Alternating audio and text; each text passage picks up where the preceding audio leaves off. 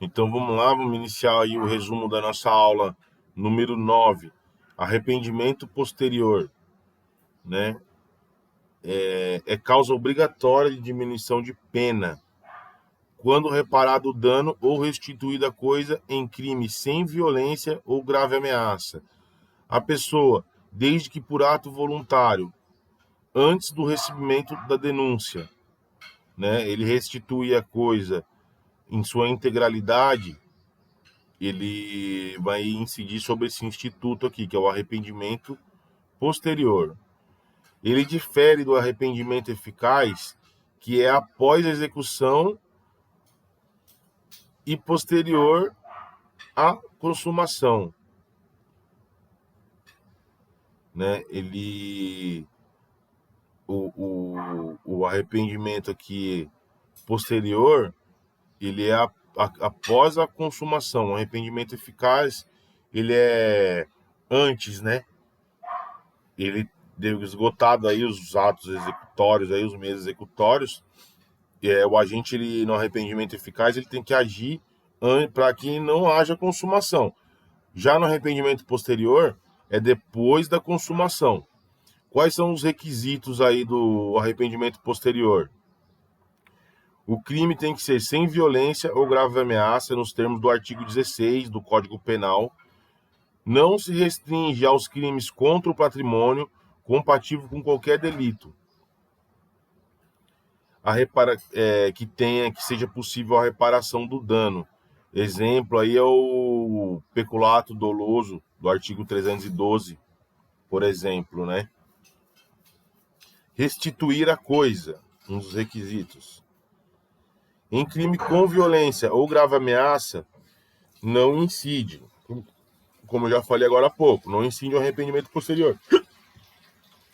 E sim, se for o caso, um crime de violência ou grave ameaça, que o agente for lá e restituir, aí vai incidir sobre ele uma atenuante prevista no artigo 65, inciso 3, a linha B do Código Penal. A reparação do dano. Como tem que ser essa reparação do dano? A reparação ou restituição deve ser voluntária e integral. E pessoal também. Podemos ser parcial desde que haja o que? A concordância da vítima. A recusa em aceitar a reparação do dano por parte da vítima não tira do agente o direito a essa atenuante aí do artigo 65. Então tem que ser até o recebimento da denúncia. Depois da consumação, até o recebimento da denúncia ou queixa, né? Deve ocorrer até o recebimento da denúncia, mesmo se for recebido após a denúncia ou queixa, mas antes da sentença, aplica-se a atenuante prevista no artigo 65, inciso 3, a linha B do Código Penal. Lembrando que aí acontece o quê? Antes da sentença, mas a gente tem que observar ali quais são as oportunidades dentro do processo que a gente vai ter para estar alegando isso aqui. Não é assim, do nada vou lá e vou... Não, tem uns momentos processuais ali que até onde a gente pode estar argumentando alguma coisa. Depois já não tem mais argumento, né? Aí depois da sentença aí já era. Então, lembrando, o momento de incidência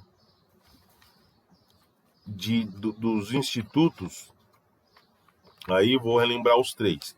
Desistência voluntária durante a execução. O agente ele desiste de continuar na execução do delito. Arrependimento eficaz. Esgota a execução, mas o agente age para que não haja consumação. E arrependimento posterior. Já tem a consumação, porém o agente ele vai lá e restitui, repara o dano, né? Recebimento da denúncia ou queixa. Se houver o recebimento já depois aí do arrependimento posterior, vai incidir atenuante do artigo 65, inciso 3, a linha B do Código Penal. Arrependimento posterior, ele reflete aonde? Na dosimetria da pena, que a gente está falando aqui do caso do atenuante.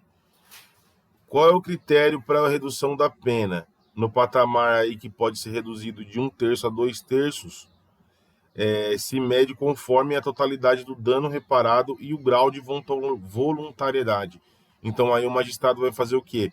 Ele vai ver se você restituiu a coisa ali, o dano que você fez ali, na sua integralidade, se foi realmente um ato voluntário, para ele estar fazendo, tá aferindo aqui a quantidade de redução de pena, se é 1/3 ou 2/3. Então, em síntese, galera, arrependimento posterior, trata-se de causa obrigatória de diminuição da pena. A restituição tem que ser voluntária, integral e antes da denúncia ou queixa. Se ocorre depois da consumação do delito, é cabível em crime sem violência ou grave ameaça. A reparação do dano e a restituição em situações específicas. Essa parte aqui que vale a gente estar lembrando bem, tá dando uma observada mais com calma. Peculado culposo.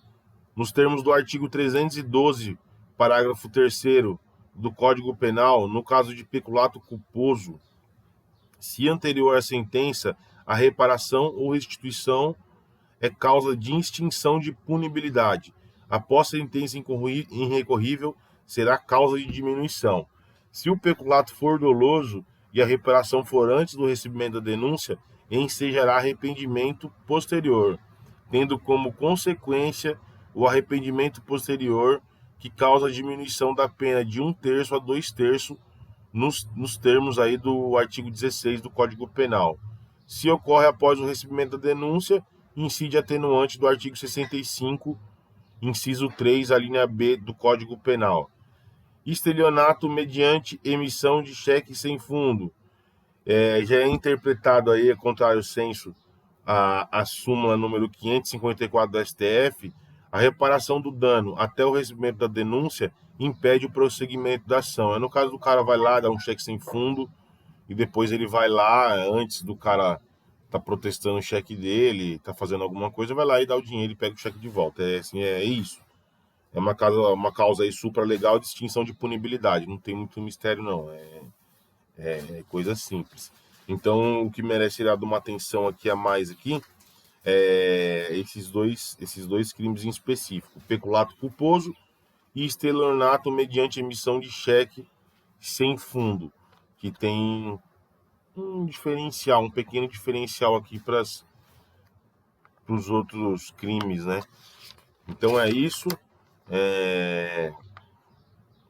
A próxima aula aí vai ser o crime impossível, o próximo resumo da aula. Então, só para fazer aquele fechamento rapidão. Essa aula de número 9 é o arrependimento posterior, que ele difere do arrependimento eficaz, porque ele é depois da consumação, porém antes da denúncia, né? Os requisitos tem que ser crime sem violência ou grave ameaça. Se for um crime com violência ou grave ameaça, incide aí uma atenuante, né, do artigo 65, que a gente viu. A reparação do dano tem que ser integral e voluntária, e ter uma atenção específica aí no crime de peculato culposo e estelionato mediante cheque sem os providências aí de fundos aí, né? E então tá bom. Então é isso. E agora até o próximo resumo.